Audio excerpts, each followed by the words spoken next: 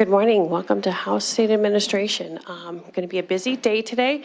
So the bill order is behind us. I know there's probably a lot of folks here for House Bill 190, but if we could make sure we have room for the folks that are testifying on behalf of 189 and 203, make sure we have room for them. They have seats in the room before the House Bill 190 for the rodeo bill. Okay, let's go ahead and get started. Ms. Walker, will you take the roll? Vice Chair Bertolio. Here. Vice Chair Cordum. Here. Representative Bennett. Here. Representative Byrne. Here. Representative Cochran. Representative Edwards. Here. Representative Fiant. Here. Representative Strand. Here. Representative Lee. Here. Representative Love. Here. Representative Perry. Top of the morning. I'm here. Representative Rexton. Here. Representative Running Wolf. Here. Representative Schubert. Here. Representative Smith. Here. Representative Suktis. Here. Representative Tillman. Here. Representative Worth. Here. Chair Darling. Here. Okay, I'm sorry. Okay, so we're going to go ahead and get started. If you're here in person to testify, please sign the witness sheet and indicate if you are a proponent, opponent, or an informational witness and your affiliation.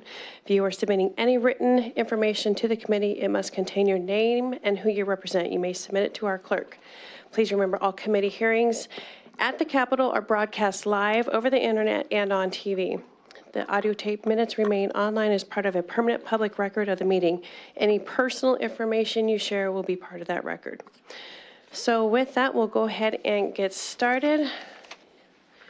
Our first bill this morning will be House Bill 189. Representative Bertolio, whenever you're ready.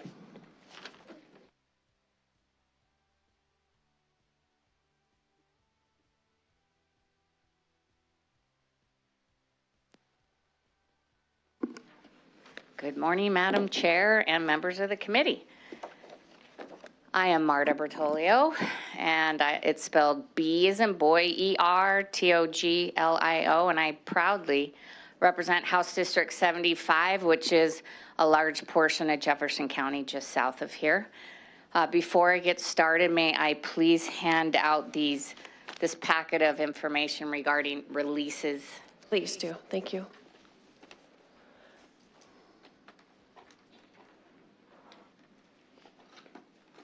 So today I bring to you House Bill 189, a bill that changes one thing, a date, regarding the eligibility for fundings to clean up petroleum tank releases. Many of these sites have used the funding and are considered closed sites. However, there are some in our great state that unfortunately were found in this window of time before this fund was established, therefore making them ineligible. This bill changes that eligibility date. The Petroleum Tank Release Cleanup Fund was established in 1989 to provide adequate financial resources for petroleum storage tank owners to be reimbursed for required actions to address their releases. It's worth noting that the intent, findings, and purposes of the Petroleum Storage Tank Cleanup Act, which established the fund, found that the financial resources of the public and private sectors were inadequate to address problems caused by the releases from petroleum storage tanks and needed to be supplemented by a major program of release detection and corrective action.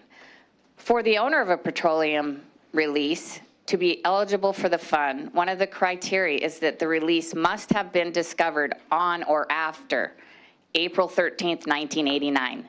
Unfortunately, for some of those owners, their releases were discovered before this date.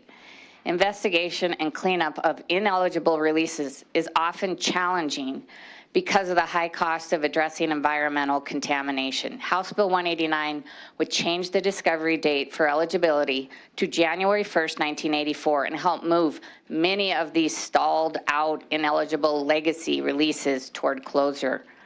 The Montana City Store provides a prime example of how a small business and a community would benefit from this bill. The Montana City Store has 2 petroleum releases. One is eligible for the fund, and one has a discovery date that predates April 13th, 1989. The contamination at this site has been difficult to address due to multiple factors, and there are drinking water wells in the area.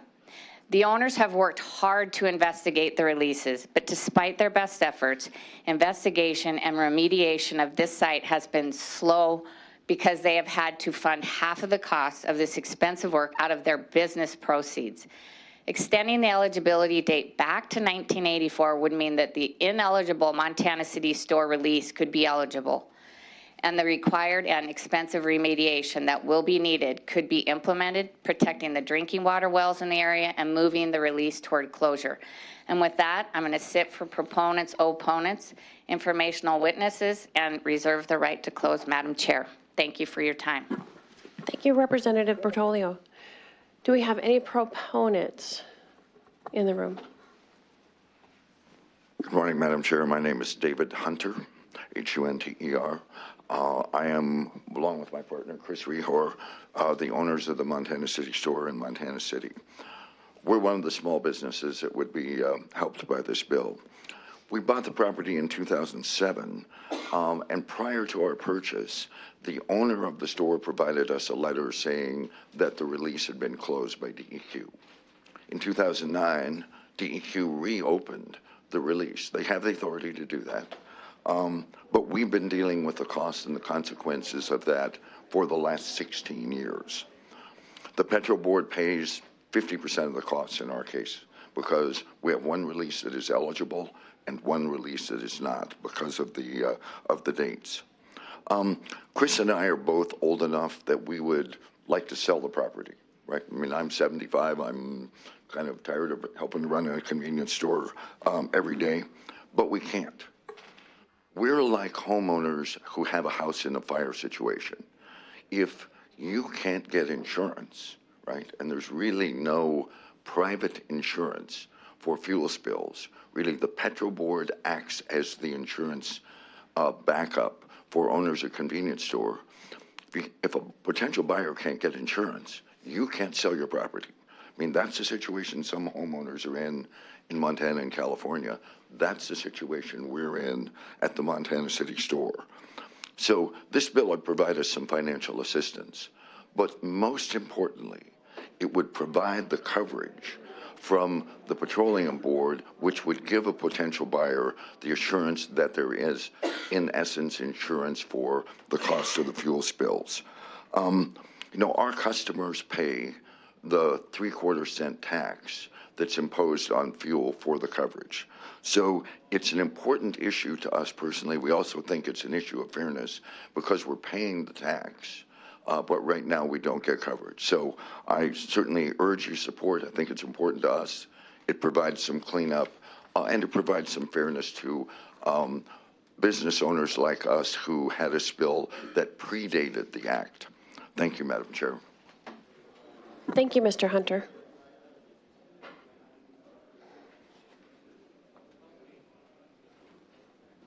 Chair Darling, members of the committee, my name is Amy Steinmetz, last name spelled Steinmetz, and I'm the Waste Management and Remediation Division Administrator at the Department of Environmental Quality. DEQ stands in support of House Bill 189. Petroleum releases that don't have a reliable funding source are difficult to address.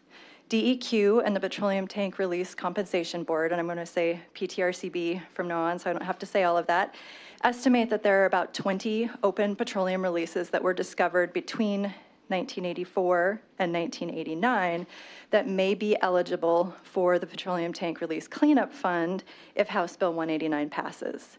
Passage of this bill would mean that these owners will be able to clean up and close their releases more quickly, which meets DEQ's mission to champion a healthy environment for a thriving Montana and reduces the backlog of open petroleum releases.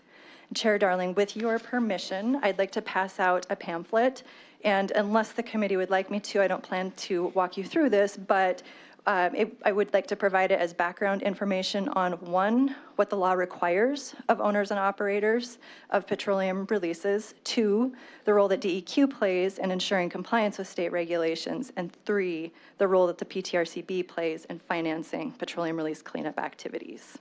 Thank you. Yes, please pass them around. And with that, I thank you for your time, and I will remain for questions. Thank you, Ms. Steinmetz. Chair Darling, members of the committee, my name is Brad Longcake, Longcake. I'm here on behalf of the Montana Petroleum Marketers and Convenience Store Association. My members supply fuel across the entire state of Montana, have locations in almost every one of your hometowns and the areas that you support. We're here in support of this bill today. There are a number of factors that go into being able to utilize and access the underground storage tank program, and we've fought vigilantly for years to make sure that we're able to do that so that individuals like the owners of the Montana City Store have access to that. And by just simply changing the date of their eligibility, you've now allowed these individuals, not only the Montana City Store, but other individuals, access to these resources. And it's something that I think people don't quite understand the process, the mechanism, the cost of doing something like this. Our members also include those individuals that do the remediation work, they do the installs, they do the tear down, the environmental consultants. So this is a big group of individuals that are always constantly looking out for the citizens of Montana. And I think if you were to support this bill, we are just allowing that many more individuals to be able to access those resources. So with that, Madam Chair, happy to answer any questions, but here in support of House Bill 189 today. Thank you. Thank you, Mr. Longcake. Do we have any other proponents to House Bill 189 in the room?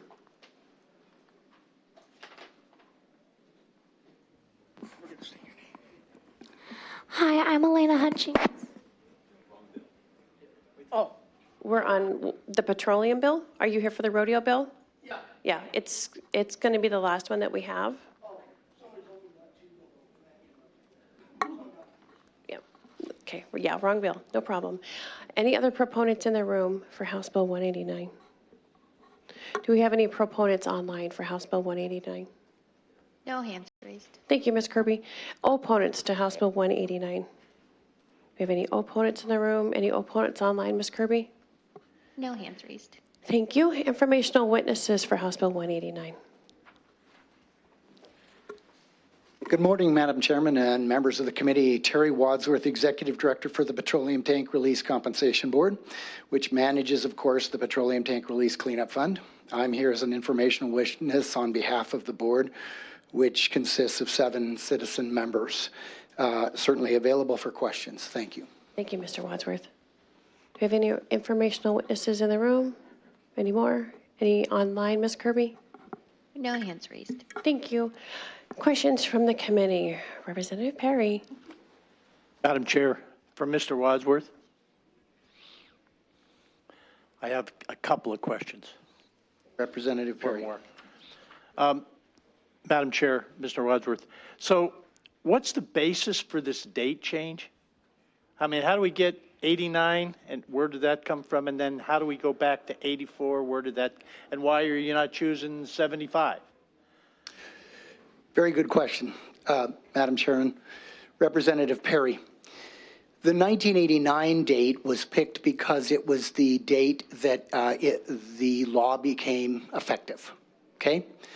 The 1984 date, I believe that Representative Bertolio had selected because it's a date at which regulatory framework for the underground storage tank world began, okay? So there certainly could pick an earlier date. The information that Representative Bertolio had passed out to you guys with the list of releases that are there, the top 2, that's a list of all of the releases that the Department of Environmental Quality has. That first page are open releases. It has been sorted by the date it was discovered. You can then tell based on that whether or not this date excludes anybody. I have color-coded it for you. The first 2 are railroads, so it doesn't matter what date you change it to. They're not going to be eligible because they're railroads. Okay? The group that's in yellow that's on there are 3 that basically, if the date is left at 1984, you can see those folks were earlier than that. Okay, and the ones that are in green are the ones that basically would be included in this. I think it's important to recognize that the environmental regulatory framework that began to start in the United States started in about 1976. They didn't get around to underground storage tanks to 1984, and I think that's why Representative Bertolio may have picked that date. Follow up? Follow up? So, Madam Chair, Mr. Wadsworth, how much is in the fund today? Madam Chair, Representative Perry, what's in the fund today is about $6.5 million. Follow up? Follow up? Madam Chair, Mr. Wadsworth, so then what is the average cost of a cleanup? Madam Chair, Representative Perry, that's a really good question. And here's the challenge that we have with that. We do report that particular number to the federal government every year in what's considered an annual report. You can look at the group of releases that have closed and get an average cleanup cost of those releases that are closed. And you can look at the average cleanup costs for those releases that are open, and you can get an average cleanup cost for the combined between the closed and open. Each one of those numbers are different. The harder releases are taking longer to close, and so those are still open. So the number right now I can give you is about $100,000. It's actually $86,793 or something like that, but let's say it's $100,000 just to make life easy. Thank you. Thank you, Madam Chair. Thank you. Representative Byrne. Madam Chair, for Mr. Wadsworth, Mr. Wadsworth. it may be one straight for Ms. Amy at DQ, but I'll try with you first.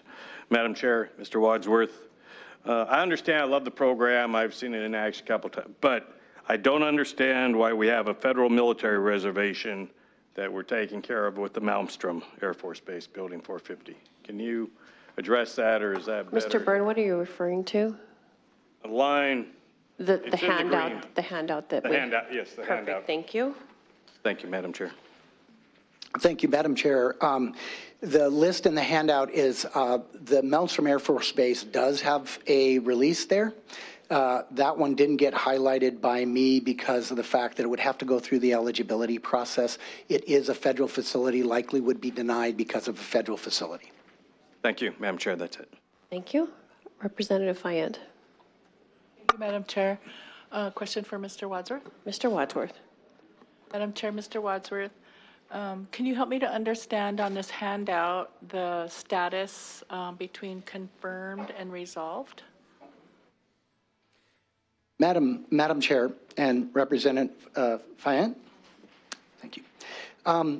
What you have in front of you is those that are colored are open. So those were confirmed on that date. If you'll notice, they all have a confirmed date because they were all discovered. Those that are resolved have a resolved date. In other words, the department has closed the site, as mentioned by Mr. Hunter. The Department of Environmental Quality closes a site. They classify that as resolved within the database system. Follow up? Follow up? I think maybe, well, maybe for you, I'll try for you, maybe it's DEQ, but why, how does DEQ come in and reopen the case like they made? Madam Chair, Representative Fayette, it's probably a good question for the department. I'll give you my perspective on that. Generally speaking, we'll go in and try to clean up a site, and we try to determine the full nature and extent of the contamination. It is possible that while trying to determine the nature and extent of the contamination, you did not find it all or discover it all at the site, okay?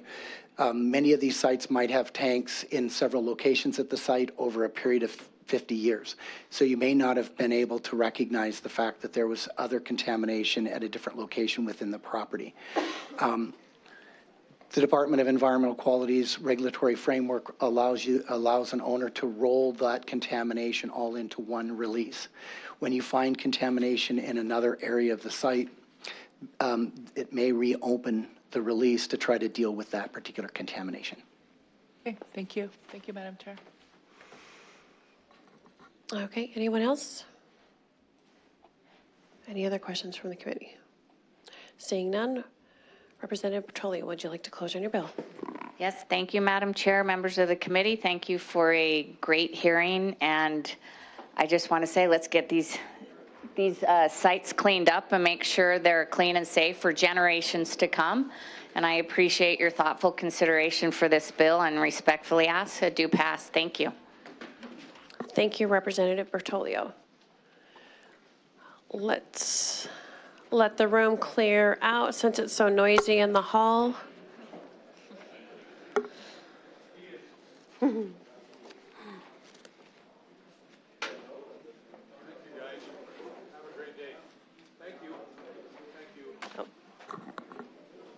I forgot to gavel. That closed the hearing.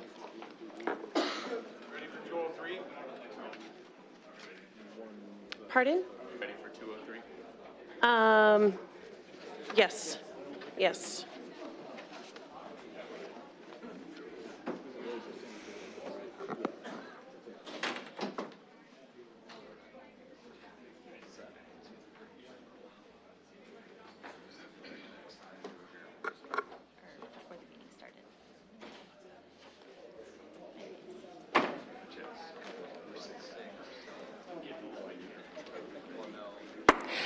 We'll now start the hearing on House Bill 203. Representative Schomer, please open on your bill.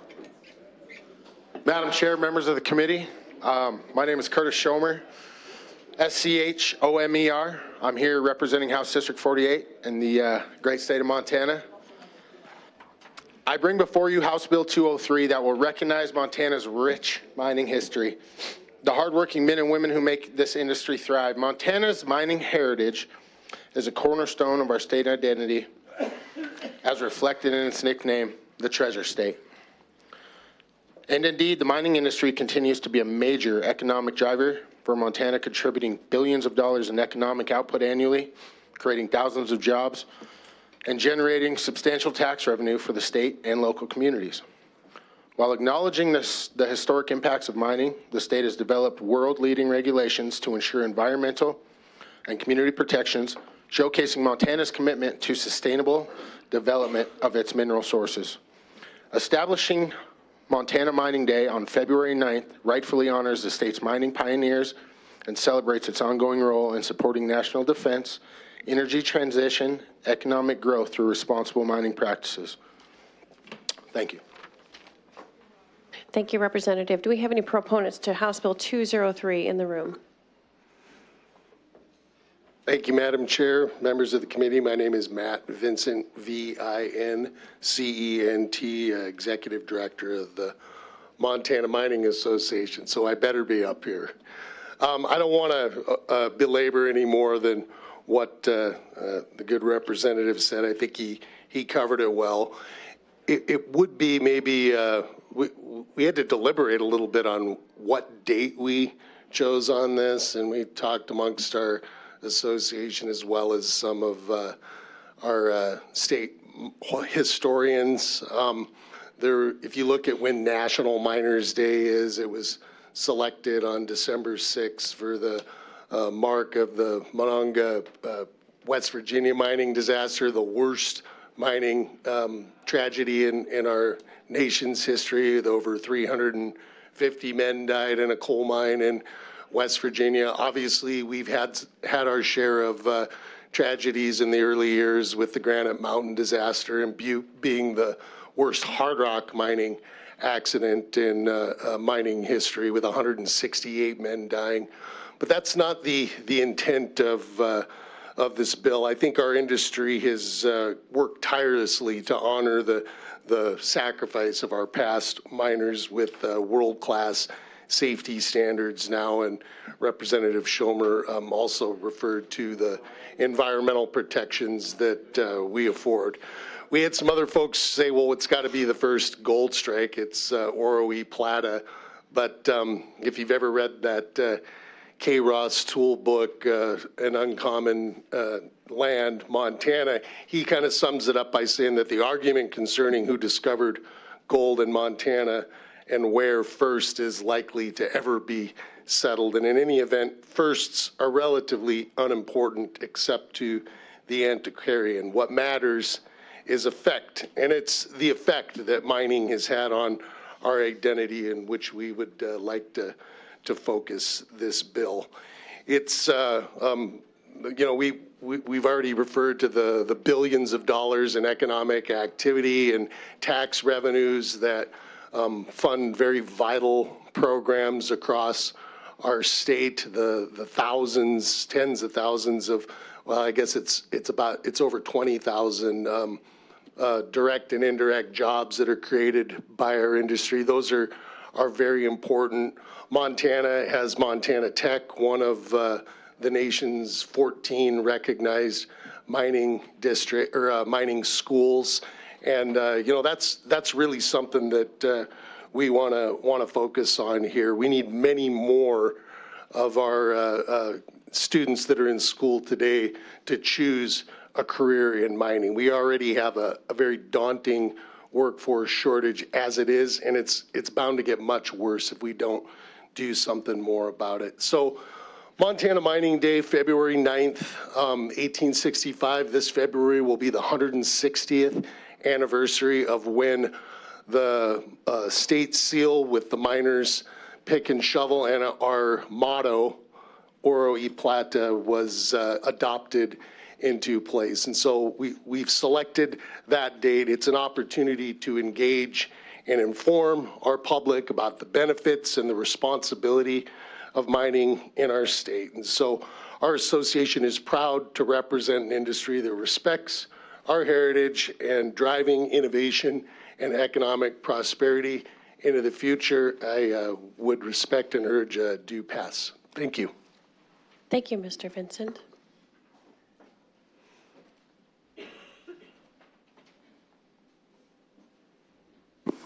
Mr. Chairman, members of the committee, my name is George Harris, common spellings, Harris. I'm the executive director of the Montana Coal Council. And on behalf of our 170 members, both throughout this state and throughout the country, we represent an industry which is very economically viable to this state. With your permission, Madam Chair, I'd like to have a handout that has some data. That would be perfect. Thank you.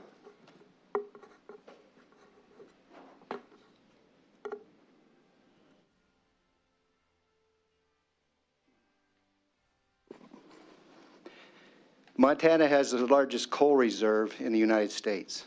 We have 118 billion tons of reserve coal. That's according to the Energy Information Association, United States information data. That's a third of the nation's reserves. So we're all blessed to have this great resource in our state. So really, it's a wonderful amount of resource. Actually, we could actually be producing for over the next 4,000 years. I mean, so that's the blessing that the good Lord gave us in the state of Montana. Plato y oro, how's your Spanish? Mi es poquito bien. Mine's a little bit good, but that's exactly what we're talking about. We have brought in to this state legislature since 1975 $2.6 billion from the Coal Severance Tax Fund. And that money, half of it, is also placed into a trust fund. That trust fund today has $1.4 billion in it. We're just testifying in the long-range building program. If you take a look at your brochure, you can see, if you open the page to the blue portion of the sheet right here, it shows that our state government is being funded by the coal industry, all these various programs. For instance, every time you see a coal train go by, you can just about count on $6,000 to $7,000 going into that fund. We have $77 million was brought in last year, and so there's a coal board which also works to provide funding for the various programs and counties who greatly benefit from them. Not only that, but the coal industry has brought in royalties.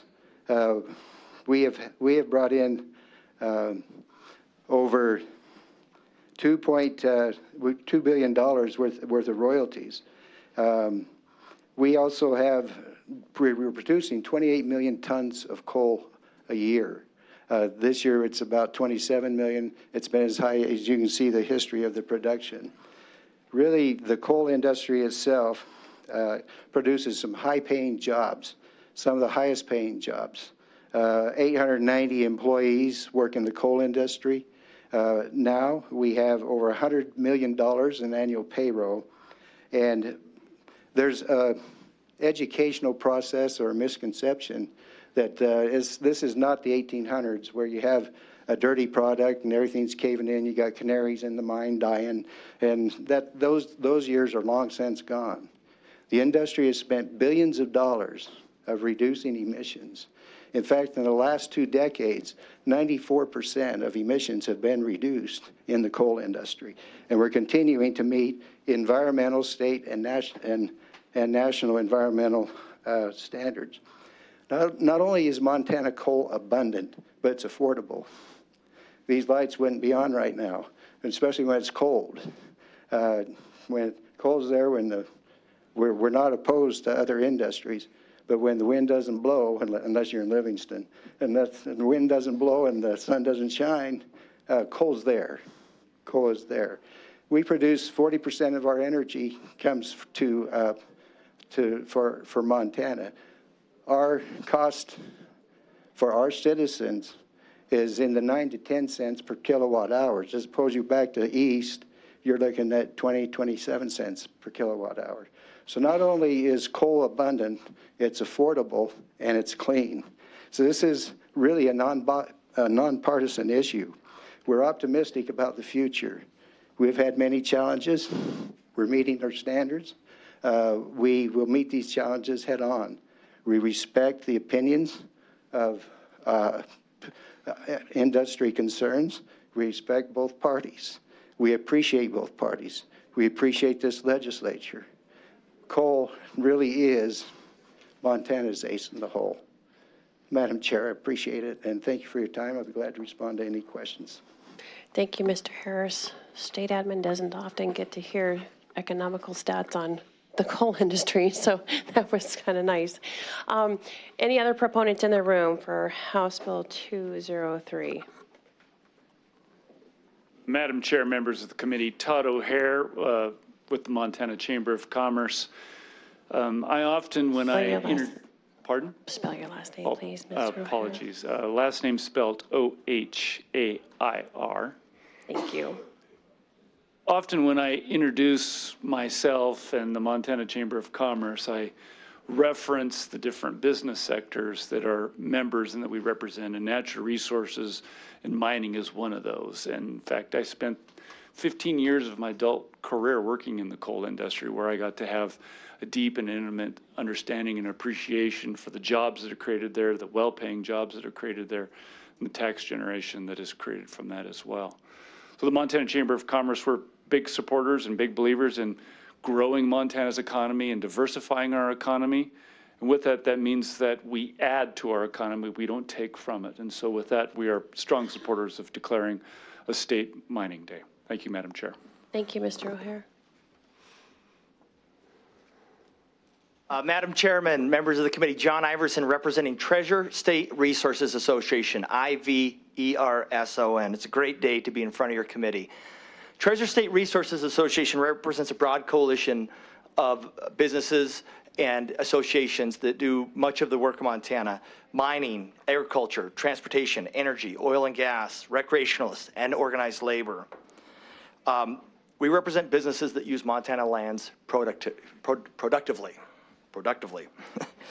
Montana has a long tradition of mining, and Montana has a bright future of providing critical resources to our economy through mining. So we hope you'll support this bill. Thank you.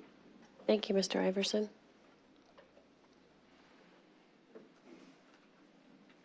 Madam Chair, members of the committee, my name is Mark Lambrecht. For the record, that's spelled Lambrecht. I'm Director of Government Relations for the Montana Electric Cooperatives Association. Here to let you know that most of our 25 member electric cooperatives across the state of Montana receive about a third of their baseload electricity generation from coal resources. And also, most of them across the state of Montana provide safe, affordable, reliable electricity to communities supported by the mining industry, whether it's precious metals, coal, or talc or any other of the number of valuable materials that mining produces. We are partners together in economic development in these communities, and what better way to pay tribute to this valuable Montana industry than supporting this bill? I encourage you to pass recommendation. Thank you. Thank you, Mr. Lamberg.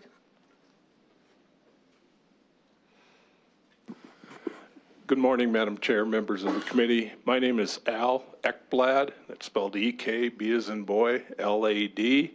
I'm here today representing the men and women of Operating Engineers Local 400. Our members do the mining in Colstrip, Sarpy Creek, and Townsend. We're here in support of House Bill 203. Coal and talc may not seem as precious as the precious minerals that are coming out of Stillwater, but I'll guarantee you it's very, very precious right now today when we want to be warm. Again, we support this bill very strongly. Thank you. Thank you, Mr. Ekblad. Morning, Madam Chair, members of the committee. For the record, Darryl James, that's D-A-R-R-Y-L. James is common spelling. I come to you this morning representing Black Gold. Westmoreland Mining provides the fuel source at Colstrip and has been providing that for a number of decades. Very proud of that heritage in providing a reliable source of fuel for Colstrip and the affordable, reliable energy that we're able to provide out of that facility in eastern Montana. So much so that Westmoreland is very proud of a contribution we made to the Historical Society to be able to tell that story about Montana mining history and the contributions to the growth of our state and the economic vitality of our state. We're also very proud of our current role in providing that affordable energy and in participating in conversations about what the future of energy looks like in Montana. Our reclamation efforts in eastern Montana are world-class. So we're providing not only historical benefits, but ongoing benefits, and proud to be participating in conversations about what Montana's energy future looks like, and maintaining Montana's position as a regional energy hub long into the future. So with that, we stand in full support of the bill and ask for your support, and your support for not just the bill, but for Montana mining and Montana miners. Thank you very much. Thank you, Mr. James. Thank you, Madam Chair, members of the committee. For the record, Jay Reardon, R-E-A-R-D-O-N, representing the Montana State Building and Construction Trades Council. We stand in support of House Bill 203. The mining industry has supported our members not only as employees of the mining industry, but also those that build the infrastructure that makes the mining industry work. So we appreciate the work that they do that provide work for our members, and urge a due pass on House Bill 203. Thank you. Thank you, Mr. Reardon. Good morning, Madam Chair, members of the committee. For the record, Amanda Frickle, spelled F-R-I-C-K-L-E, here today with the Montana AFL-CIO, a federation of unions that collectively represent over 50,000 working Montanans, retirees, and their families. Today, we rise in strong support of this resolution. The Montana labor movement was forged in the mines of Butte, America. It is where workers joined together to ensure that prosperity for a few eventually would mean prosperity for us all in this state. In fact, it was Butte miners who fought for and won the 8-hour workday in 1901 for metal miners. So this bill is about the history of the Montana, mining movement and what it is meant for our state. But we also feel it is about our hope for the future. So we urge your support. Thank you, Ms. Frickle. Any other proponents for House Bill 203 in the room? Ms. Kirby, do we have any online? No hands raised. Thank you. Do we have any opponents in the room? House Bill 203. Any opponents? Do we have any opponents online? No hands raised. Thank you. Any informational witnesses in the room? Informational witnesses online? No hands raised. Thank you. Questions from the committee? Representative Perry. For the sponsor, please. Madam Chair, Representative. Madam Chair. Why didn't you come to me and have me help co-sponsor this? You're my seatmate. Thank you. Madam Chair, Representative, my apologies. Any other questions? Oh, Representative Madam Bennett. Chair, for the sponsor of the bill, Madam Chair, just a Representative question. Why did you not ask me to co-sponsor this bill? Once again, Madam Chair, Representative, my apologies. Thank you. Representative Rexton. Madam Chair, for Mr. Harris. Mr. Harris, please.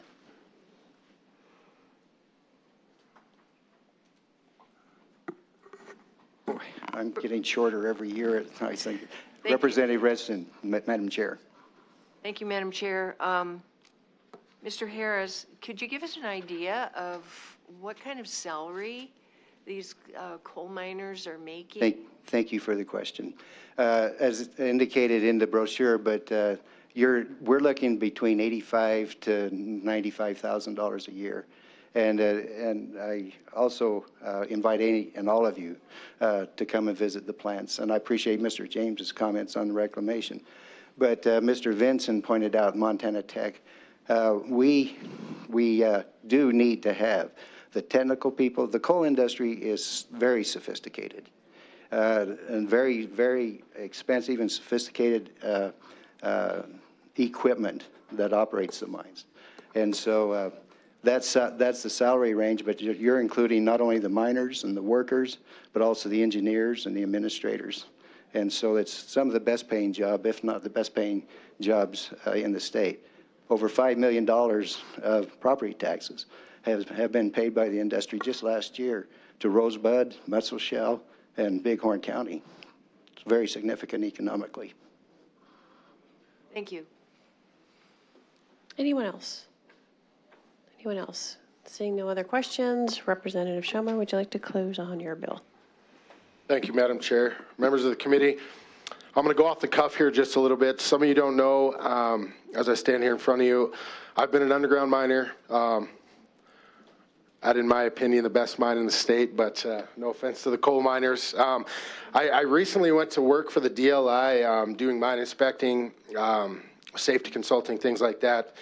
So I can personally attest, Savage, Montana, their mine is probably the cleanest reclamation I've ever seen. And Representative Rexton, to your point, the salaries at these jobs are just absolutely phenomenal. The mine I worked at has kept food on my table for quite some time now. Reliable energy is very important, and like the gentleman said, it is so clean nowadays. I just want to go on record. If we mine here in Montana, we have the ability to control, the safety, the environmental aspects of it. When it goes overseas, we have no control over that. So yeah, with that being said, if it's not grown, it's mined. I close on my bill. Thank you. Thank you, Representative Schomer, and that closes the hearing on House Bill 203. We'll let the room clear out. I think there's going to be a lot of people.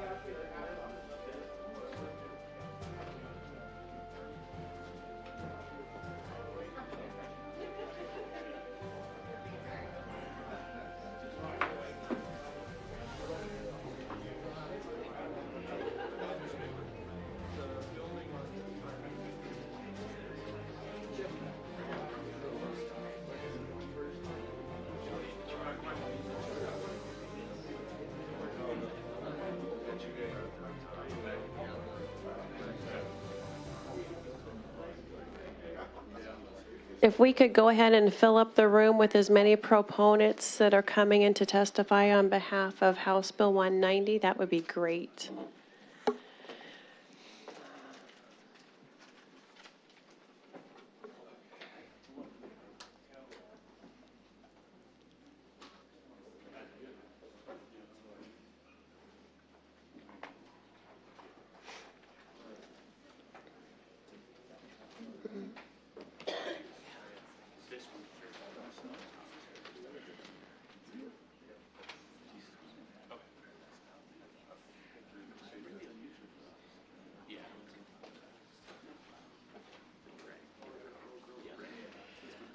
Okay, we're going to go ahead and get started.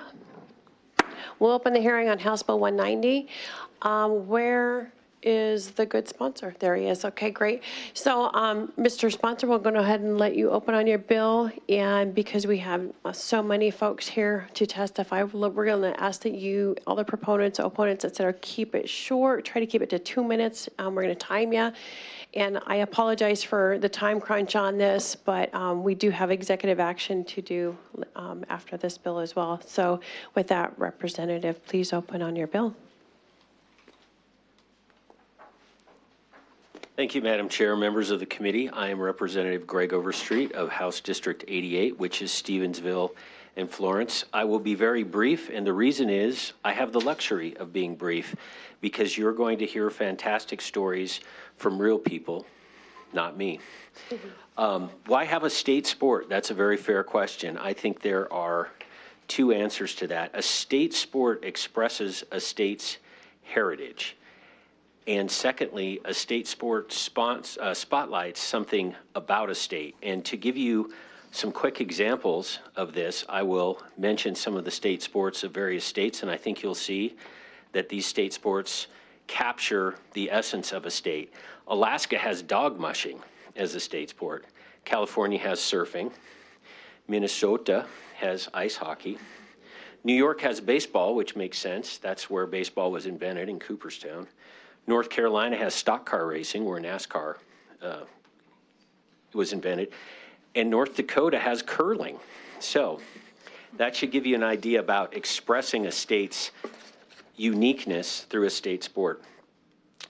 Nothing says Montana better than rodeo, and you're going to hear about what a big deal rodeo is in Montana, and that includes the reservations. Support from this, I've spoken with the governor's office, the lieutenant governor, attorney general's office, superintendent of public instruction, and state auditor, and they all support this bill. Rodeo is a big deal on the reservations, and I have a letter that I gave copies to the clerk from the Indian National Finals Rodeo. I understand we have an Indian National Finals Rodeo champion here today, which is fantastic. The cost to the taxpayers of having this state sport is $0.00. Thank you so much, Madam Chair. I appreciate it very much. Thank you, Representative. Now we will hear from proponents to House Bill 190. Proponents, go ahead and go up to the lectern, and if you could all just kind of file in line right behind, and we'll keep it going. Thank you. Hi, I'm Elena Hutchins, Hutchins, Little Miss Rodeo Universe. What I want to talk about is how fun my rodeo is.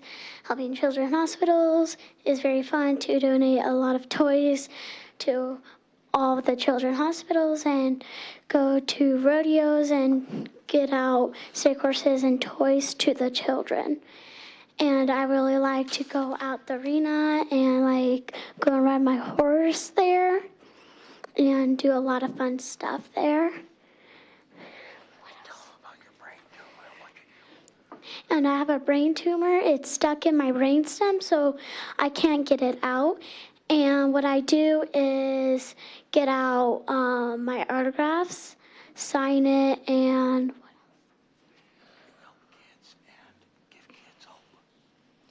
I help kids and give them hope.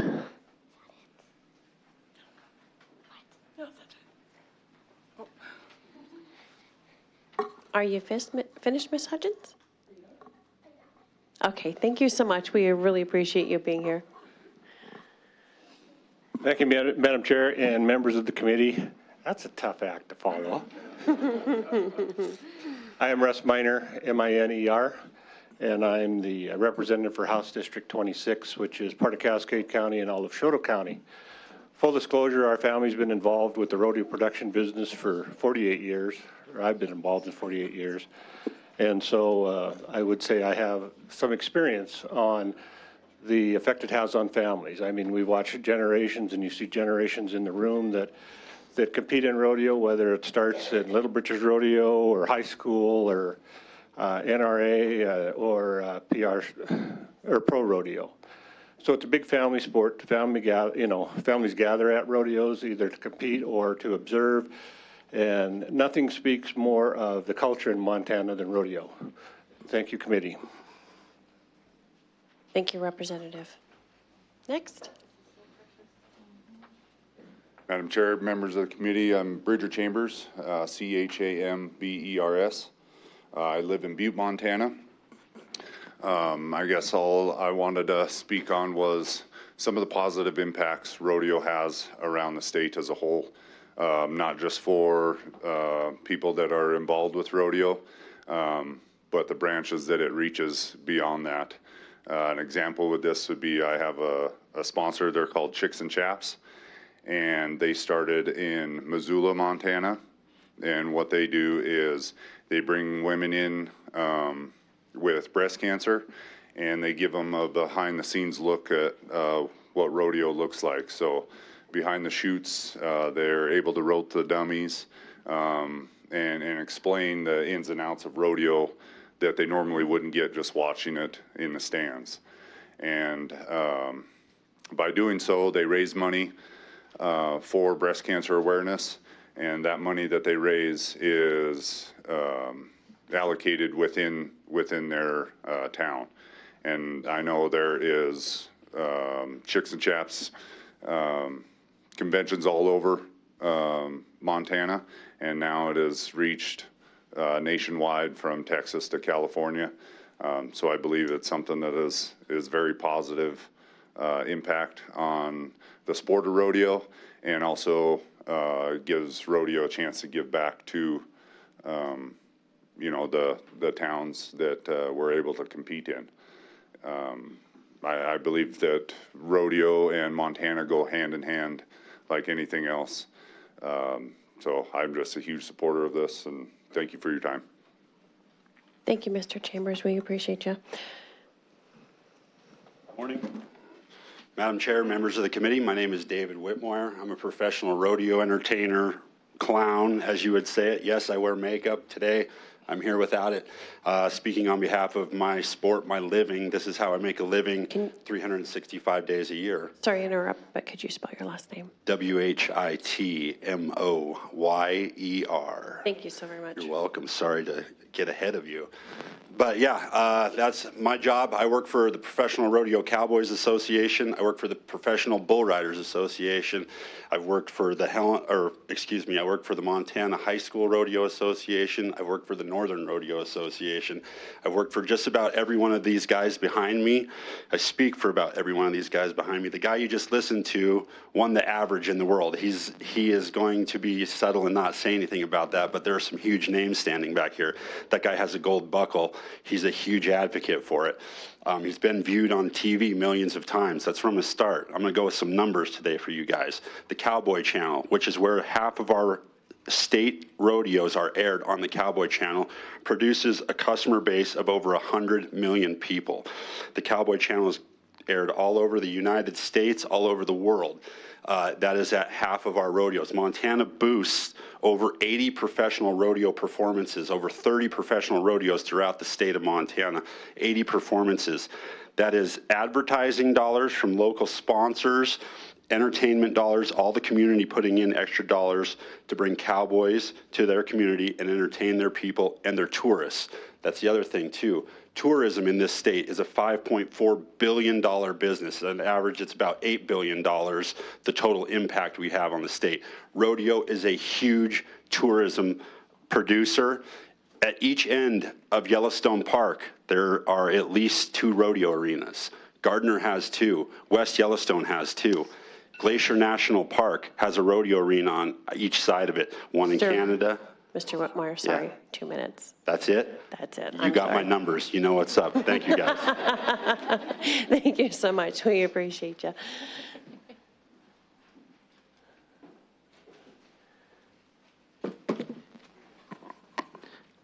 I had to move the mic down just a little bit. Madam Chair and members of the committee, I'm Sparky Dreesen. My real name is Mark Dreesen. Dreesen is spelled D-R-E-E-S-E-N. I'm from beautiful downtown Brockway, Montana. We have J Bar J Rodeo Company. We produce 18 professional events in the state of Montana. And we also represent Montana at the National Finals Rodeo. And we're leaving tomorrow morning to go to Fort Worth to the Texas Swing of Rodeos to represent all of us here. I'm going to talk a little bit about rodeo in Montana and not give you many numbers. It's an economic driver, though, for a lot of communities, small and large. Since the COVID-19 pandemic, there has really been a surge of rodeo throughout the United States. I believe a lot of that is the way we think as cowboys in Montana.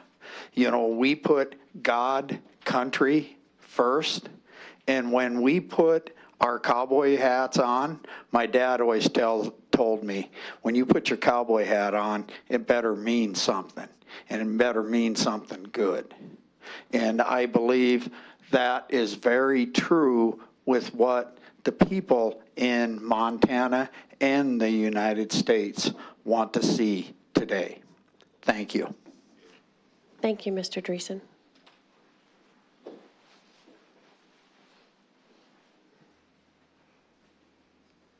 Good morning, Madam Chair, members of the committee. Thank you for allowing me to speak on a matter that I care deeply about. My name is Ray Champ, C-H-A-M-P. I'm an enrolled member of the Crow tribe. I'm married into the Blackfeet tribe, where my family and I reside in Cut Bank, Montana. I support this bill simply because rodeo isn't a sport, it's a life choice for many of us. It's been passed down for several generations. I personally make my career as a rodeo announcer, professional rodeo announcer. My wife, Jimmy, is a breakaway roper. Both of my sons compete. She also serves as the rodeo coach, the head rodeo coach for the Browning Indians High School rodeo team, which makes me the assistant coach by default. We have numerous other members of our family that rodeo for a living. Most notably, my father-in-law, Dutch Lunick, was just last year inducted into the Montana Cowboy Hall of Fame for his contributions to rodeo and the Western way of life. Rodeo, it's important. You've heard all the numbers, but I'm going to tell you how it hits personally. It's like everyday life. Me and my family, we share wins, we share losses, we work together, we travel together, we embrace each new challenge together. Rodeo is our life, and it's taught us that there's no substitute for hard work, especially when working to be your best. You get out of it what you put into it. Both my sons, they know the responsibilities of taking care of their animals. They know that it takes hard work to be successful, and that's something that I'm proud that they're learning. Rodeo teaches responsibility, sportsmanship, compassion, support for others, teamwork, and it helps you as an individual to learn and maintain your own work ethic depending on how far you dare to dream. The network created from rodeo in many cases tends to be lifelong. It brings our communities together, and we all share in the celebrations around this state. All in all, rodeo is a positive experience. Let's rodeo. Thank you, Mr. Champ. So if you do have written testimony and you didn't get through it, you can give your copies to our clerk and we'll make it part of the permanent file.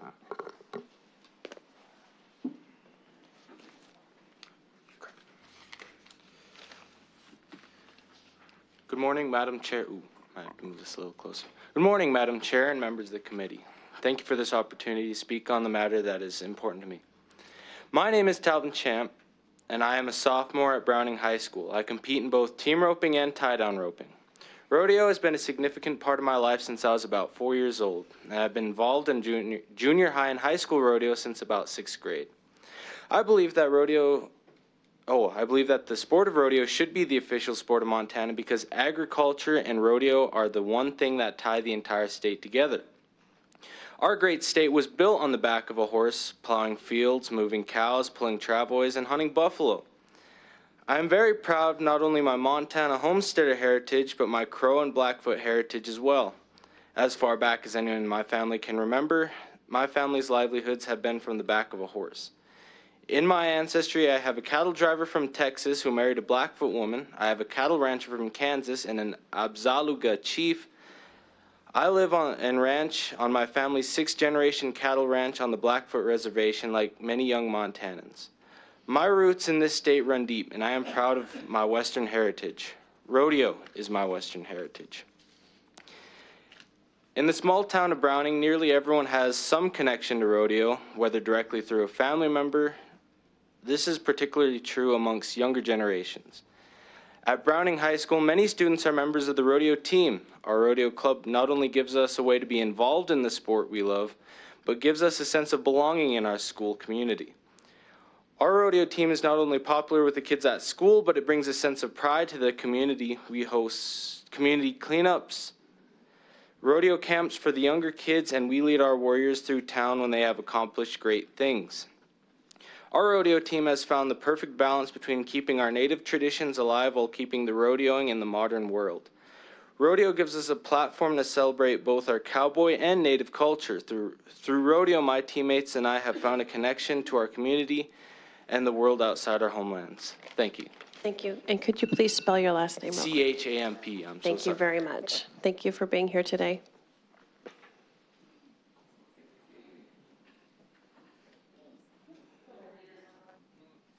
Okay, good morning, Madam Chair and members of the committee. My name is Jimmy Champ, C-H-A-M-P.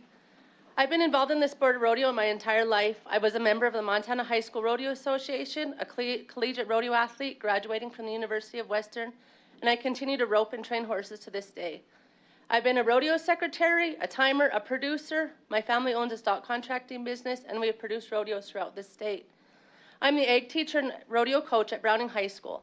I've seen firsthand the positive impact that the sport of rodeo has not only on the children that I teach, but the people we meet on the rodeo trail on the weekend. Rodeo doesn't care how big you are, how much money you have, or where you come from. Much like the great state of Montana itself, all rodeo wants to know is if you're gritty enough, if you can work hard, and if you can stand up to the elements. In little backyard pens and makeshift arenas all over Montana, there are kids that want a rodeo. They look up to the people like the ones we see talking here today, and that's what they want to do. There are kids just like 2 Browning High School graduates that didn't even realize that rodeo was an option in college until they picked up ropes and never looked back. Now these 2 have college scholarships, and their dedication to the sport is paying for their college education. Just like the young cowboy whose car drifted under a snowbank a couple weeks ago, so he saddled up his horse Popeye and rode 5 miles to school. Or there's our state champion wrestler and bull rider who didn't grow up on a ranch, but he works out in the gym every day after school and then looks for a place to rope and ride bulls after that. There's a starter for the Browning Indians lady basketball team who can't wait for the ground to thaw so she can get back on her horse and rope on the horse she trained herself. I could speak for hours about the kids who have found their identities in the dusty arenas of the Blackfeet Reservation. But the one closest to my heart is my own 5'11" sophomore who chose not to do a school sport so he could follow in the footsteps of his family. All he wants to do is rope. He's up early doing chores and tying the dummy. He's roping in the barn way past bedtime and below 0 temperatures, and he has decided that he's going to do whatever it takes to set him apart. Ms. Champ, it's 2 minutes. Thank you.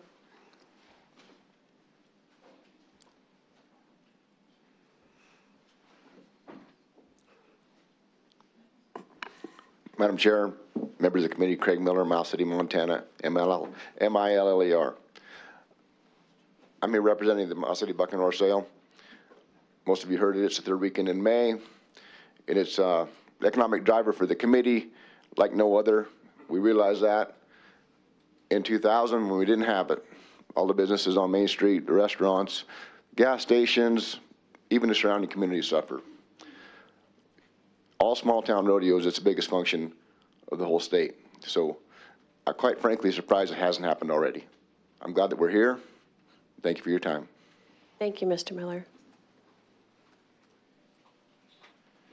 Good morning. My name is Pete White, W-H-I-T-E. I'm from Ronan, Montana, and a member of the Confederated Salish Kootenai Tribes. As a native Montanan, I believe rodeo embodies the spirit and the history and values of our great state. I have been deeply involved as a competitor, stock contractor, pickup man, and producer in my entire life. I've held memberships with the High School Rodeo Association, the Northern Rodeo Association, Indian National Finals Rodeo, and the Professional Rodeo Cowboys Association. These experiences have not only shaped who I am, but have also given me a firsthand perspective of rodeo's profound impact on our communities. Traveling across Montana and beyond, I've witnessed how rodeo provides a vital economic boost to our small towns and rural areas. Rodeo attracts visitors, supports local businesses, and generates revenue that sustains our communities. But rodeo is much more than that, than just the economic driver. It's a celebration of our Western heritage and a testament to our values and hard work, dedication, and sportsmanship. More than that, every rodeo is a powerful reminder of what it means to be a Montanan. When I hear the national anthem and see our nation's banners and the Montana flag enter the arena and the roar of the crowd, it truly hits home what our core values are.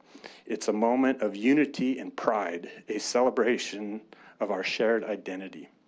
For me, as a Native American, rodeo also carries a deep personal significance. It connects me to the ancestors of our longstanding history with horses. These animals were essential to our survival, and the bond we share with them is sacred. In rodeo, I see that same respect and partnership reflected in the relationship between horses and rider. It's a powerful reminder of where we come from and how we carry on our traditions. Thank you. Thank you, Mr. White. Next. Madam Chair, members of the committee, for the record, my name is Ron Whitmoyer, W-H-I-T-M-O-Y-E-R. You may have heard that spelling a little earlier. That would be my son, I'm proud to say. I'm here today to deliver a message from the Office of Public Instruction and our superintendent, Susie Hedlund. I've been asked to tell you that research has shown that students that are involved and engaged in activities do way better in life than those that are not. The other thing about rodeo that you haven't heard as much as you would if you step in the hallway with these folks is manners. Manners are unbelievable with cowboys. That statement of, I put my hat on and I represent being a cowboy, so true, so true. And I'm proud to be able to say today that the superintendent and I do wish to be considered proponents for this bill to make rodeo the official sport of Montana.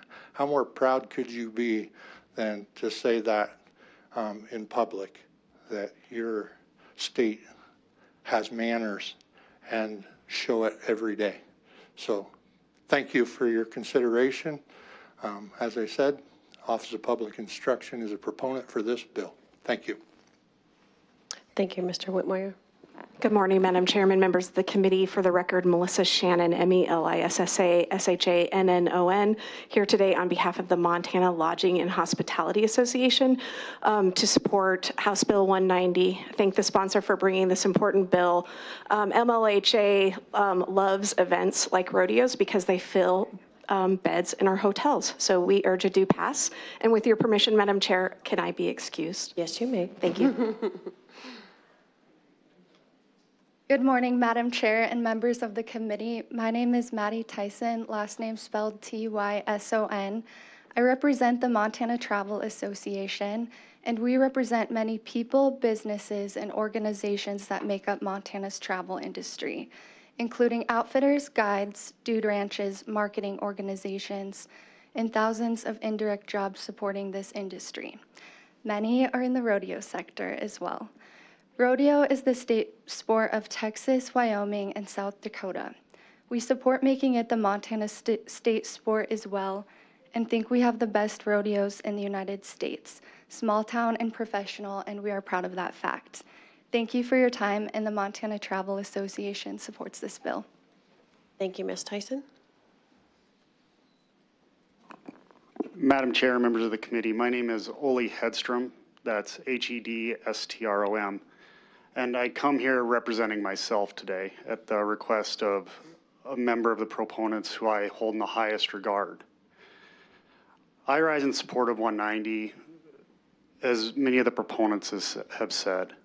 I cannot think of any sport that represents Montana's heritage and the values of courage, kindness, community, and resilience than the sport of rodeo.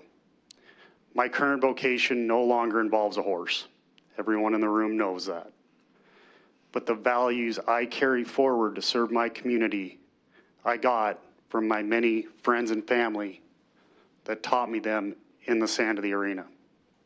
I urge due pass. Thank you, Mr. Hedstrom. Madam Chair, members of the committee, my name is Austin James, JAMES, on behalf of Madam Secretary of State Christy Jacobson, urging a due pass, strong proponent of rodeo, and thanks all of the entities that do rodeo business throughout the state. It was incredible to hear everyone's testimony, and she wanted to make sure that I did so alongside Ms. Townsend Rodeo, who takes care of all of our coffee and donuts as well as many things around our office, and to stand with me and be in proud support. Anything to add? Just that I strongly support this bill. I'm Madam Chair, I'm Susan Ames, and members of the committee, I'm Susan Ames, and I'm so happy to be here in support of this bill. I grew up with doing rodeo and participating, and small town rodeo queen, but you know, the camaraderie in the arena and outside of the arena in the rodeo community is amazing and incredible, and teaches us all how we should get along as a family, and it also teaches us a great principle of patriotism. And so I give my full, strong support for this bill. Thank you. Thank you, Ms. Ames, and thank you, Mr. James. Madam Chair, members of the committee, Todd O'Hare, last name spelled O-H-A-I-R. I'm the President and CEO of the Montana Chamber of Commerce. The Montana Chamber of Commerce is the state's largest business advocacy organization. And we work a lot with the Montana Department of Commerce in recruiting businesses to Montana. We go at that with intention because we don't think every business necessarily fits with the culture and the principles and the values of the state of Montana. And I think being able to hold on to our culture, what matters to us most, and having rodeo as a representation of that is important. And parenthetically, it's also a very personal issue to me. My son rides saddle bronc, and so this is a personal issue to me as well. But we stand in strong support, making rodeo the official state sport of the state of Montana. Thank you.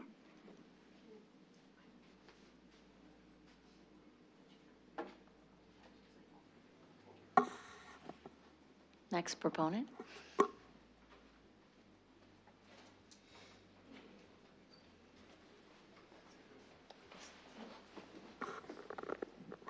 We have no other proponents in the room? Okay. Do we have any proponents online, Ms. Kirby? We do have one hand raised. Sylvan Lacrosse, go ahead. Hello, Madam Chair and members of the committee. My name is Sylvan Lacrosse, LA_CROSS. I am involved in the great sport of rodeo within Montana, from hosting rodeo Bible camps, working with the youth and the high school rodeo athletes, in the collegiate level as the head coach of Miles Community College, as well as working with many communities and committees to host different professional athletes from around the nation at many of our great rodeos in Montana. Many of the people that you have heard from in this room, I am a product of their teachings, and that became available to me through rodeo. Many of the athletes that I deal with and many that have gone before me have gained scholarships through rodeo. Rodeo has opened many doors for a lot of people to go on to greater means of communication and greater business opportunities throughout the world. Myself included was invited to go to Saudi Arabia and represent Montana and rodeo to fight bulls for the king and his camel festival in 2020. So it was very cool to go over there. Unfortunately, COVID shut us down. We couldn't go back. There's over 100 rodeos in Montana from all levels. As has been stated, it's a great economic boost to those small towns that thrive when the rodeo comes to town, as you guys know. Everywhere from Opheim to Dillon, from Libby and Eureka down to Broadus and Alzada, that those people thrive on the sport of rodeo. So I'm here on behalf of myself, the NIRA, the National Intercollegiate Rodeo Association, Big Sky Region in Montana, and all the other schools, that we are urging you to please pass this bill, House 190, that we support rodeo, American rodeo, as a sport of Montana. Thank you, Mr. LaCrosse. We appreciate that. Any other proponents? I see a few faces in the room that haven't spoke up yet. Going once, going twice. Okay, any opponents to House Bill 190? We have any opponents to House Bill 190?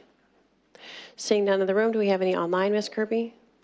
No hands raised. Thank you. Informational witnesses in the room. Informational witnesses online. No hands raised. Thank you. Questions from the committee? Go ahead, Mr. Perry. Nope. Representative Bryant. Thank you, Madam Chair. I'm going to ask the Sergeant at Arms if you can see if Mr. Pete White is still out in the hallway. Pete White.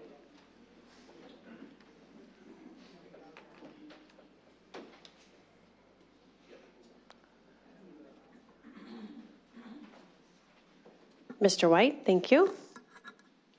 Madam Chair, Mr. White, you're very humble in your address today. I was just wondering if you could relay information about your children that have competed at the national level.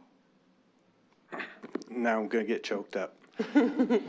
Yes, so my kids, Jesse, Wiley, and Racy, 12, 9, and 7, have started to compete at a young age. Jesse has qualified for the Junior World Finals 4 times, and my middle child, Wiley, is a Pee Wee World Champion. Sorry, but it wouldn't be possible without rodeo and the community that we come from, because they're all supportive. So, thank you. Thank you, Mr. White. Thank you, Mr. White, Madam Chair.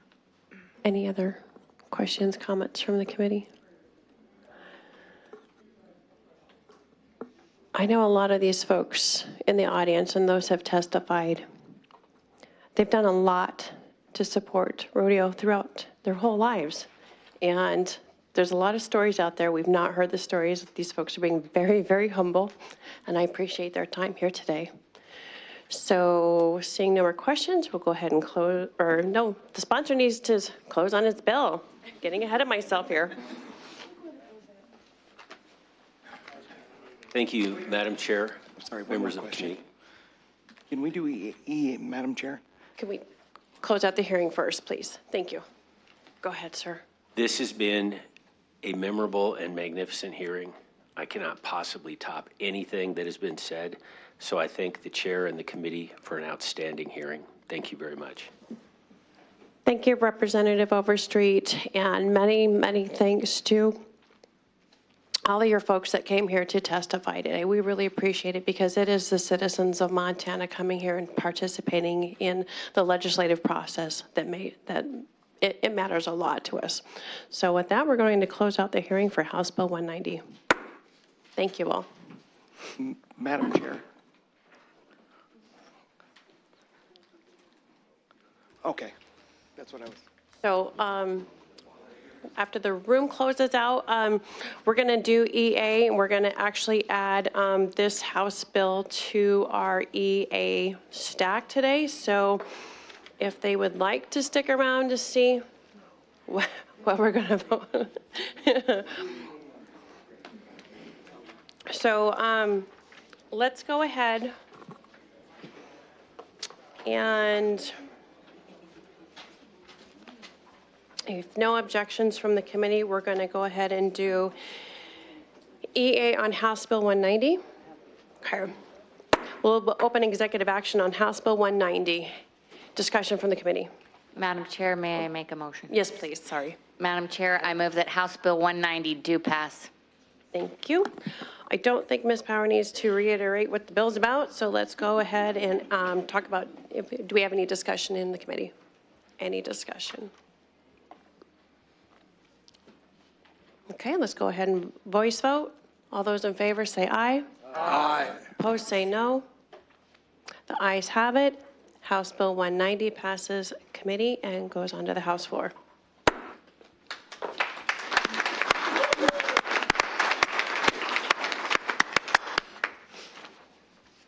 Okay, so let's open executive action on House Bill 203. Madam Chair, I move that House Bill 203 do pass. Thank you. Because we heard this one today, I don't think Ms. Power needs to do a review as to what the bill is about. Any discussion? Vice Chair Cordum. Thank you, Madam Chair. I like all the whereas statements in this bill, and I agree with all of them. They're all accurate. I did have one concern that was kind of throwing me off. I'm really interested in the heritage of and the history of the mining operations and how far we've come as a state on mining safety and all of the really unique history that Montana has with mining. But my one concern is like 95% of the bill was about mining, and 95% of the proponents were about one kind of mining. And I guess I've seen less shameless self-promotion in Energy Committee. They're much less, I guess, advertising over there. And I just wanted to say that, though I agree with the entire bill, I was a bit disturbed by that. Thank you, Madam Chair. Thank you. Any other one? Any other comments, questions, discussion? Seeing none, let's do a voice vote. All those in favor of House Bill 203, vote aye. Aye. Opposed, vote no. Please make note that Representative Vice Chair Cordum has voted no. We don't have any proxies, so House Bill 203 passes, and this just closes executive action. Okay, now down to the tough stuff here. Let's get House Bill 100 out of the way because it has the many amendments. We have copies of all the amendments. Ms. Power, can you just make sure that we have all of the amendments or go through them real quick to make sure we have all of our copies? Sure. Do you want to open the Oh, hearing? let's open EA on House Bill 100.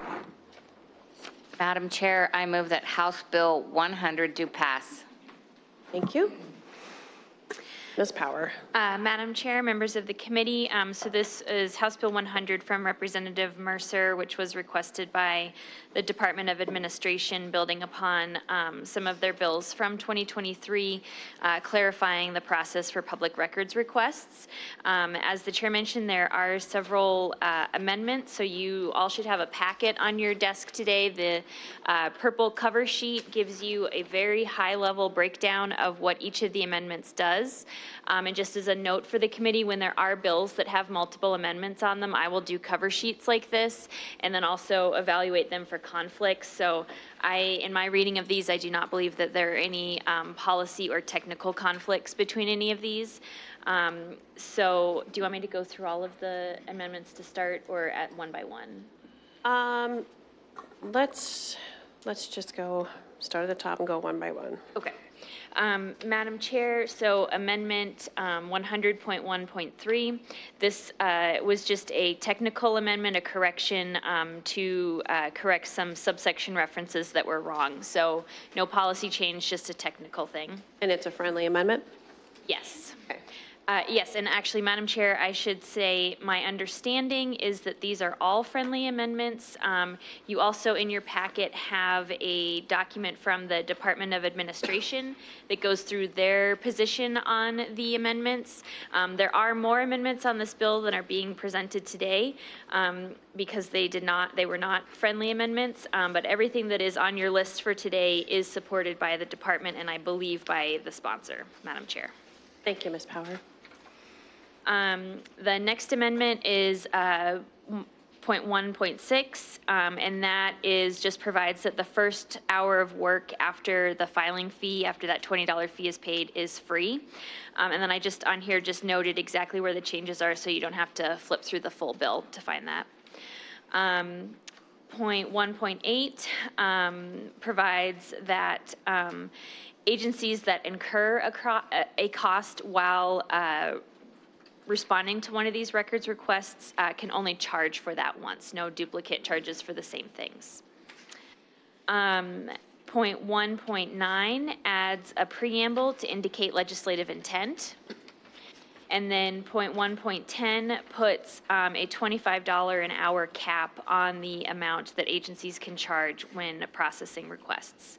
And again, no conflicts between these amendments. Madam Chair. Thank you, Ms. Power. Madam Chair, can I ask a question of Ms. Power? Representative Perry, go ahead, Ms. Power. So on 008, when it says you can't charge more than once, so if like I were to go in and ask for something and then Representative Cordum came in and asked for the same thing and it was a pile of papers that need to be produced, we can't charge for the second request on those? Madam Chair, Representative Perry, I believe it's within the same request. So if you guys were working together on the request, but if you're individuals, it would not apply. Thank you. Thank you, Representative Perry. Okay, so we'll start with the First Amendment. Vice Chair Bertolio. Madam Chair, I move amendment HB 100.001.003 to House Bill 100. Thank you. Is there any discussion on the amendment? Question's been called. Voice vote. All those in favor vote aye. Aye. Opposed vote no. No proxies. Ayes have it. Okay, and on the next amendment, that is Representative Edwards. Representative Edwards, would you move your motion or move your amendment, please? How to do this. But, Madam Chair. You want to get out your...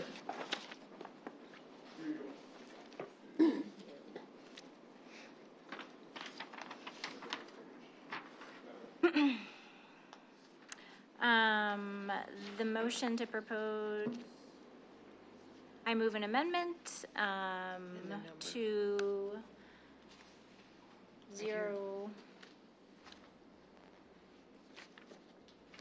100.001.006. Good. Thank you, Representative Edwards. Is there any discussion on amendment number 6? Any discussion? Okay, let's do a voice vote. All those in favor vote aye. Aye. Opposed vote no. No proxies. Ayes have it. We go on to the next amendment. Vice Chair Bertolio, can you move that one, please? Madam Chair, I move amendment 100.001.008 to House Bill 100. Thank you, Vice Chair. Are we stating this correctly? Or do we need to, okay, sounds good. Okay, any discussion on amendment number 8? Any discussion? Let's do a voice vote. All those in favor vote aye. Aye. Opposed vote no. No proxies. Amendment passes. Representative Edwards, will you make a motion on your next amendment? I move an amendment 100.001.010. Oh, We're on Nine, number 9. Thank you. Heard the motion. Great, thank you. And any discussion? Any discussion on number 9? Let's go to voice vote. All those in favor vote aye. Aye. Opposed vote no. We have no proxies. Ayes have it. House Bill 100 has been amended again. Representative Edwards, one more time and into the microphone, please. Thank you, Madam Chair. I move an amendment 100.001.010 to House Bill 100. So you've heard the motion. We've discussed it. You have any other discussions on it? Let's go to a voice vote. All those in favor vote aye. Aye. Opposed vote no. We have no proxies. Amendment number 10 passes. Representative Bertolio. Madam Chair, I move House Bill 100 do pass as 5 times amended. Do we have any discussion on House Bill 100 and its 5 amendments? No discussion. Okay, let's go to a voice vote. All those in favor vote aye. Aye. Those opposed vote no. We don't have any proxies, so that House Bill 100 as 5 times amended passes. And this closes. May I ask just a quick question of Ms. Powers? So when this shows up on the floor, we will see the bill with all the amendments in it already? Okay, thank you. Okay, so I'm going to close out executive action on House Bill 100 as 5 times amended. Okay. Go ahead and open executive action on House Bill 126. Madam Chair, I move that House Bill 126 do pass. Ms. Power. Madam Chair, members of the committee, House Bill 126, brought to you by Representative Beatty, revises MAPA, the Montana Administrative Procedure Act. It revises the administrative rule review process with the intent of getting more involvement from the legislature and the general public. And there is an amendment on this, Madam Chair. Thank you, Ms. Power. Madam Chair, I move amendment 0126.001.001 to House Bill 126. Thank you, Vice Chair Bertolio. Ms. Power. Madam Chair, members of the committee, so Amendment 126.1.1 was distributed during the bill hearing, and I believe the sponsor spoke to it. It further clarifies the process for agency hearings on proposed rules. Madam Chair. Thank you, Ms. Power. Is there any discussion on the amendment? Any discussion? Representative Schubert?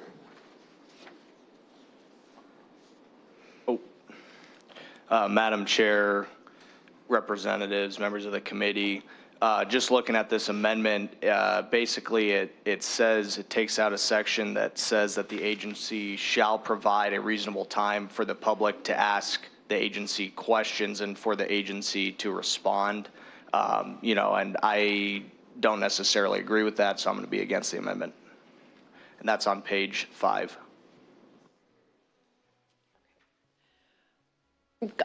Rebecca would like to point out an explanation on this, please. Madam Chair, so the language is removed on page 5 and then re-added / rephrased on page 4.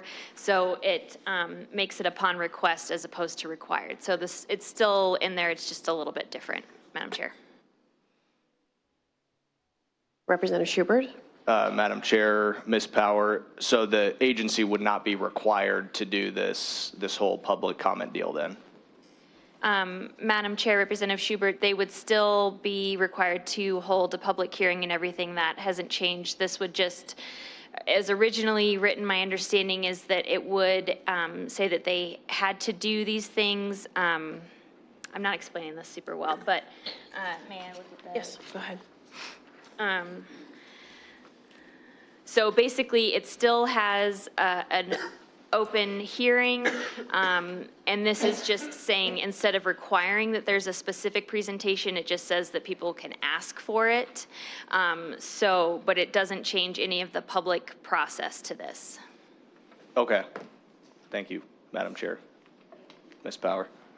Thank you. Any other comments on the amendment? Okay. Let's go ahead and go to a voice vote on the amendment. All those in favor vote aye. Aye. Opposed vote no. We have no proxies. Amendment passes. Motion on the amended bill, please. Madam Chair, I move that House Bill 126 do pass as amended. Thank you, Vice Chair. Discussions on the bill as amended. Vice Chair Cordum. Madam Chair, I did have a little bit of concern that emergency rules might be affected by this, and I've been assured by Ms. Power and other folks that that's not the case. So I just wanted to share that with the committee. Thank you. Thank you, Vice Chair Cordum. Anything else? Go to a voice vote. All those in favor vote aye. Aye. Opposed vote no. There are no proxies, so House Bill 126 passes. We'll go ahead and open executive action on House Bill 167. Madam Chair, I move that House Bill 167 do pass. Thank you. And this one has an amendment as well, correct? Or no? Yes. Okay. So, Ms. Power.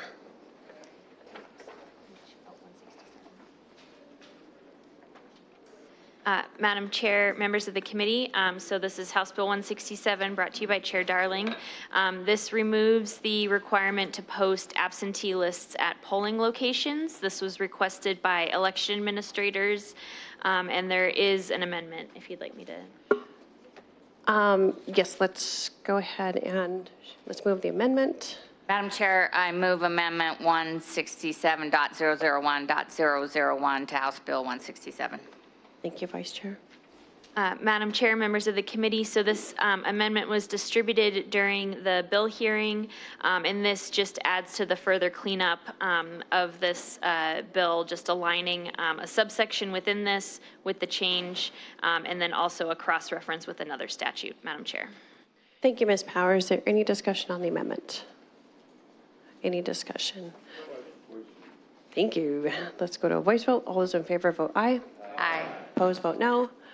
No proxies. Amendment passes. Motion on the bill is amended. Madam Chair, I move that House Bill 167 do pass as amended. Thank you, Vice Chair. Is there any discussion on House Bill 167? Seeing none, let's go to a voice vote. All those in favor vote aye. Aye. Opposed vote no. No proxies. House Bill 167 as amended passes. This closes executive action. Okay, thanks, committee. Good day. Some good bills that we heard today. We're not going to do 166. So we have the tour tomorrow, the field trip to Fort Harrison. There's like a 60 to 70% chance of snow tomorrow. I have not heard from Fort Harrison that the aviation will cancel that portion of our tour. General consensus this morning when our caucus was chatting, we would like to maybe reschedule it for a better day just so that we can get the whole experience in. What does the committee feel about that?